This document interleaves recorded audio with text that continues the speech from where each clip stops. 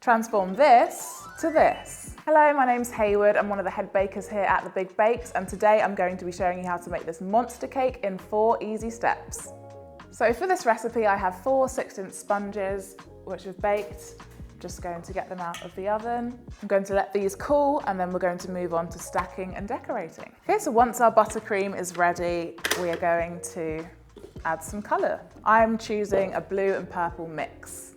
Okay, so for our first step, we're going to fill our layers with our buttercream. So a thin layer of buttercream between each layer and then a crumb coat around the outside.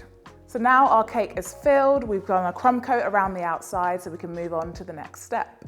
So now we're going to get onto the fur of our monster. So we're going to add our coloured buttercream to a piping bag. Now I'm going in with my other colour of buttercream into my piping bag again. So I'll be using a grass tip nozzle with all these holes on it, and this will give us a fur effect.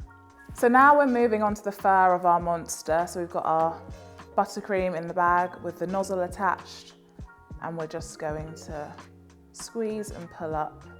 Doesn't have to be perfect. You want to just take your time, go around. Remember, I've chosen 2 different colours, so I'm going to do one colour and then I'm going to stop and switch over to another colour. But this is the effect that you're after.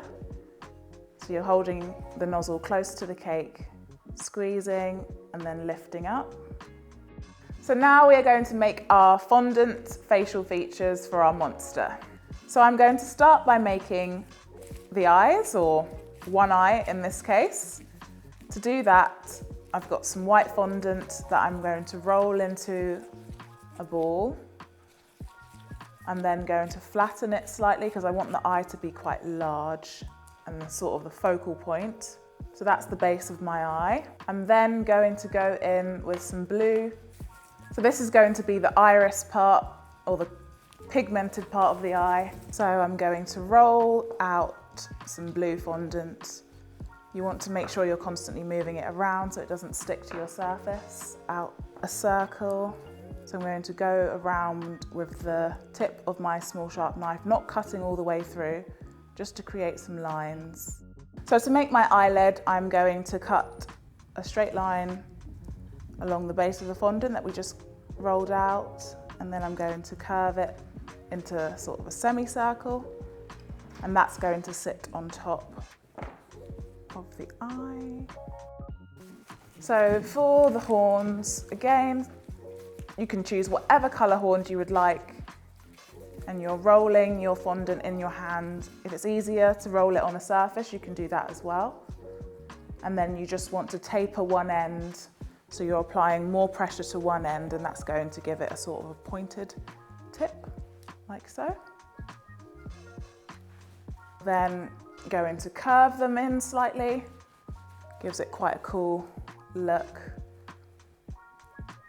So for the mouth, black fondant, then I'm going to roll that out. This is going to be sort of the base of our mouth.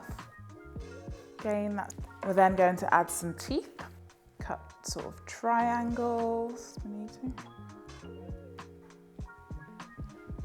Okay, so now that we've got our fur piped onto our cake, we're going to go in with our features that we made earlier. I'm going to start with the eye in the center.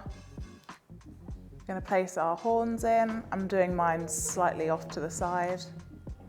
So now we've added our mouth, and that's the final feature that I'm going with. So there you have it, 2 monster cakes. Subscribe for more recipes, tips, and baking joy.